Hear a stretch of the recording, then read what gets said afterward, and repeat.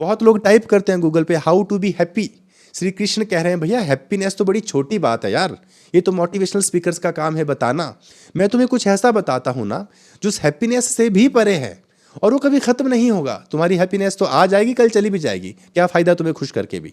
तो ये कुछ ऐसा है जो एक बार आया तो कभी समाप्त ही नहीं होगा, जन्मों जन्मों का रोग ही मिट जाएगा। जब गोपियां भगवान श्री कृष्ण से मिलने के लिए जा रही थी तो उनके परिवार वालों ने उनको रोक दिया और एक कमरे में बंद कर दिया। अब जब उनको कमरे में बंद कर दिया तो उनकी व्याकुलता बढ़ी, क्योंकि भगवान कृष्ण से मिलना चाहते थे। अब जब भगवान के लिए व्याकुलता भी हो तब भी राग द्वेष मिट जाते हैं। उस व्याकुलता की वजह से उनके मन में जो तामसिक वृत्ति थी और जो राजसिक वृत्ति थी दोनों मिट गई। तो आज हम समझेंगे अध्याय दूसरा, श्लोक नंबर 64 और 65, यानी कि 64 एंड 65। इससे पहले जो दो श्लोक हमने समझे थे वो बड़े ही महत्वपूर्ण थे। अब ये जो दो श्लोक हैं, इन श्लोकों का भी लेना देना उन्हीं पिछले दो श्लोकों के साथ है। अगर आपने उन श्लोकों को नहीं समझा है तो आप उनको देख सकते हैं, सुन सकते हैं। अब आज के ये जो श्लोक हैं ये फिर से बहुत ही ज़्यादा महत्वपूर्ण है।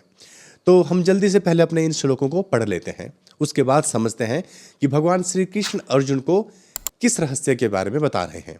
तो चलिए जल्दी से पढ़ते हैं हमारे आज के इन दो श्लोकों को। श्री कृष्ण अर्जुन को कहते हैं, राग द्वेष वियुक्तैस्तु विषयानि इंद्रियैश्चरन् आत्मवश्यैर्विधेयात्मा प्रसादम धिगच्छति प्रसादे सर्व दुखानां हानिरस्य उपजायते प्रसन्न चेतसो ही आशु बुद्धि ही पर्यवतिष्ठते। अब इसके पदों का पहले हम अर्थ कर लेते हैं। सबसे पहला है राग द्वेष वियुक्तैस्तु। ठीक है, इसका मतलब ये होता है कि जो राग द्वेष से मुक्त हो चुका है या राग द्वेष से मुक्त हो जाना।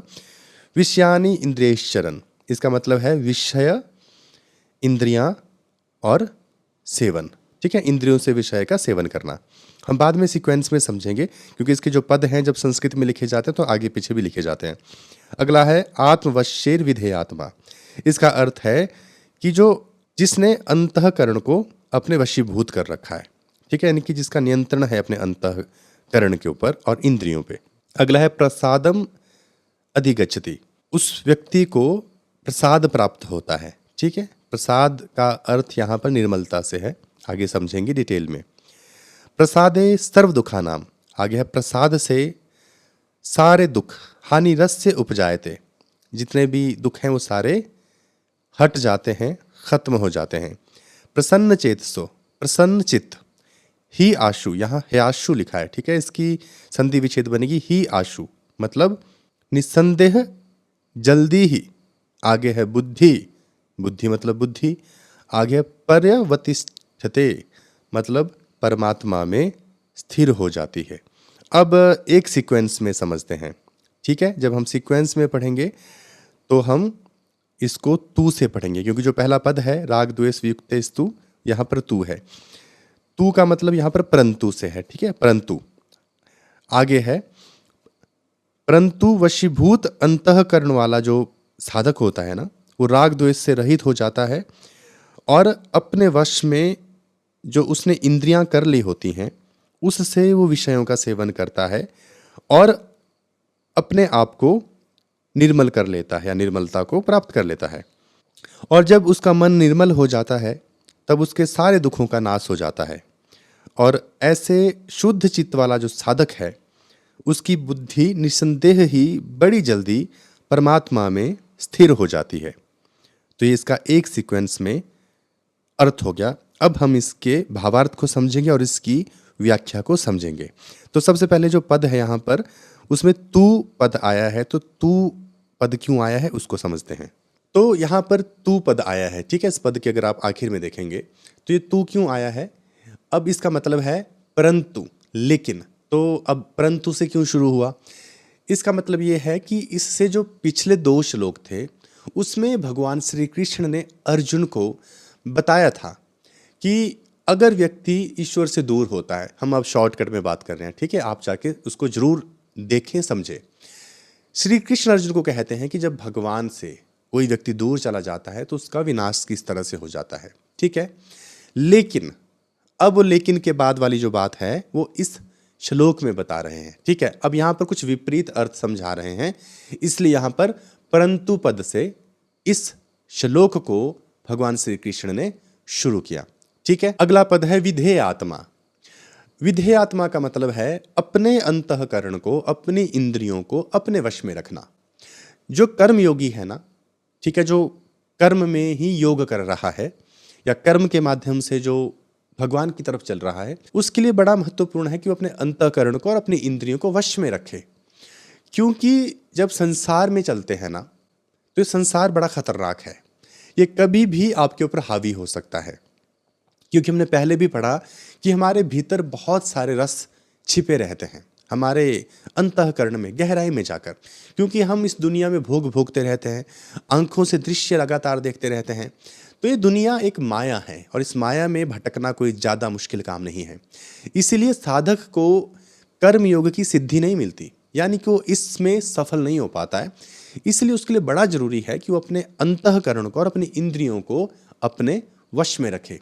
इसलिए यहाँ पर इस पद का इस्तेमाल हुआ है। अगला जो पद है वो है आत्मवश्यई राग द्वेष वियुक्तई। इससे जो पिछला पद था उसमें अंतःकरण को वश में रखने की बात की गई थी। ठीक है, अब यहाँ पर इंद्रियों को वश में करने की बात हो रही है। ध्यान से समझना, दो बिंदु हैं। एक है अंतःकरण, हम इस दुनिया में जो भी भोगते हैं ना, कुछ भी हो वो, जो भी राग द्वेष है, उसका जो इम्प्रेशन है, उसकी जो छाप है, वो कहाँ पड़ती है? सीधे सीधे चित्त में, यानी कि हमारे मन की गहराई में, हमारे अहंकार पे पड़ती है। और जब तक वो रहता है ना, आदमी भटक जाता है। कभी भी वो कितना भी कोशिश कर ले, भटक जाता है। हमने पहले भी समझा, विश्वामित्र का भी उदाहरण दिया था कि कैसे विश्वामित्र भी भटक गए थे। तो पहले अंतःकरण को वश में करो, उसका शुद्ध होना आवश्यक है। उसके बाद बारी आती है इंद्रियों की। इंद्रियों का भी नियंत्रण में रहना बड़ा जरूरी है। ठीक है, जब हम भोगों को भोगते हैं ना, तो हमारी इंद्रियां आसक्त हो जाती हैं इस दुनिया के साथ में, और वो भी फिर भोगों की तरफ भागती हैं। ठीक है, तो इसीलिए अगर हम इंद्रियों पे अपना नियंत्रण रखेंगे ना, तो कर्म योग की सिद्धि हो सकती है। यानी कि भोगों को भोगना समस्या नहीं है। आप भोगों को भोग रहे हो, उसमें कोई प्रॉब्लम नहीं है। आपने कुछ ग्रहण कर लिया, कुछ त्याग दिया, कोई प्रॉब्लम नहीं है। प्रॉब्लम होती है उसके साथ आसक्ति में। हमने पहले भी उदाहरण दिया था कि आपने एक मिठाई खा ली, ठीक है, खाली भूख लगी थी या जो भी था, अब उसको भूल गए, लेकिन आपने मिठाई खाई और उसके बाद उसकी आदत लग गई, बार बार खाने का मन कर रहा है, तो ये होगी आसक्ति, ये हो गया राग। ठीक है, राग और द्वेष दो चीजें हैं, दोनों ही नहीं होनी चाहिए। क्या है ये राग और द्वेष? इसे समझते हैं। अब मान लीजिए कि आपके ऑफिस में किसी की प्रमोशन हो जाती है। अब जब आप देखते हैं तो आपके मन में इच्छा जागती है कि मुझे भी प्रमोशन मिलनी चाहिए थी, या कितना अच्छा होगा कि मेरी भी प्रमोशन होती। तो ये है राग या आसक्ति, आपका उसकी तरफ खिंचाव, क्योंकि उससे आपकी कामना जाग रही है कि आपकी भी अगर प्रमोशन होती तो अच्छा होता। दूसरा बिंदु ये है, या दूसरा उदाहरण, कि इसकी प्रमोशन क्यों हुई, नहीं होनी चाहिए थी। हो सकता है आप पहले से उसी पोजीशन पे होते या उससे ज़्यादा आगे भी होते, लेकिन फिर भी आपको द्वेष हो रहा है, तो ये द्वेष है। तो ये स्थिति हमारे साथ हमेशा रहती है ना, हमें आसक्ति भी रहती है और द्वेष भी रहता है। इन्हीं चीज़ों से मुक्त होने की बात हो रही है। इसीलिए अपने इंद्रियों को भी नियंत्रण में रखना जरूरी है, इंद्रियां भी और अंतःकरण भी। इसलिए यहाँ पर दोनों ही पदों का इस्तेमाल किया गया। इंद्रियों को भी नियंत्रित कर लेंगे तभी हम राग और द्वेष से मुक्त हो जाएंगे। यानी कि साधक के लिए अंतःकरण को भी वश में करना जरूरी है, इंद्रियों को भी वश में करना जरूरी है। उसके बाद ही वो ना राग करेगा और ना ही द्वेष करेगा, क्योंकि जब तक वो राग द्वेष में फंसा रहेगा ना, तब तक वो योग प्राप्त नहीं कर पाता या उसको ईश्वर की प्राप्ति नहीं हो सकती। अगला पद है विषयान चरण। तो हमने समझा कि साधक अपने चित्त को नियंत्रण में कर ले, अंतःकरण पे नियंत्रण बना ले, इंद्रियों पे नियंत्रण बना ले, और उसके बाद क्या करे? विषयों का सेवन करे। कर्मयोगी तो दुनिया में यही रहेगा, यही काम करेगा, ठीक है, व्यवसाय करेगा, नौकरी करेगा, सेवा करेगा, जो भी करेगा, और ये है माया जाल।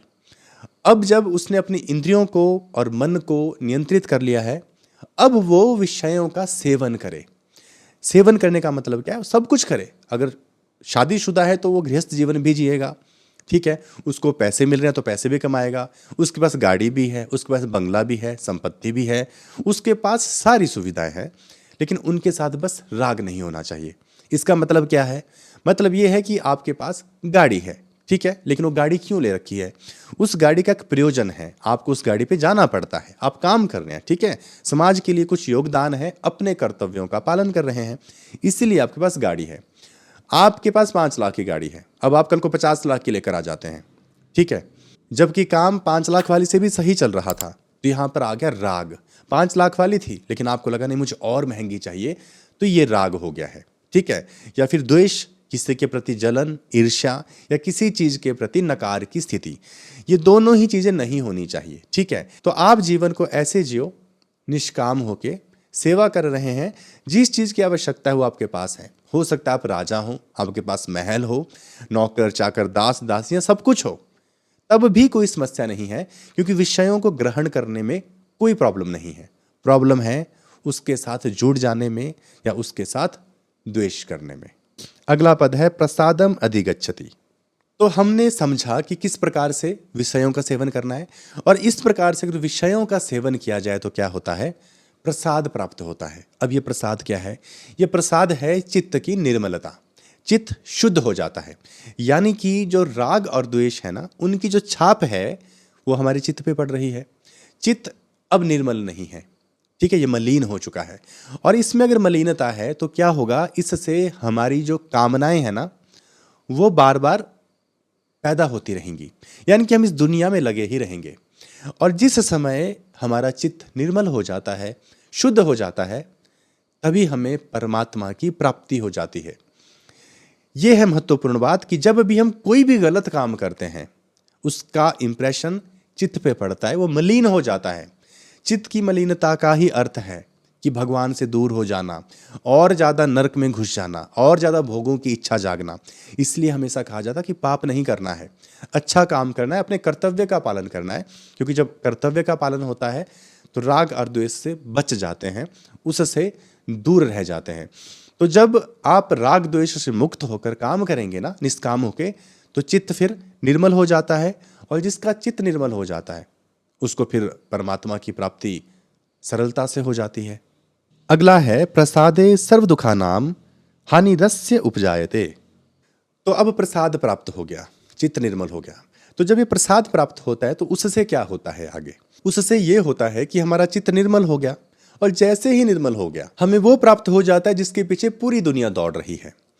पूरी दुनिया उसी की तलाश में है। हमें प्राप्त होती है प्रसन्नता, शांति।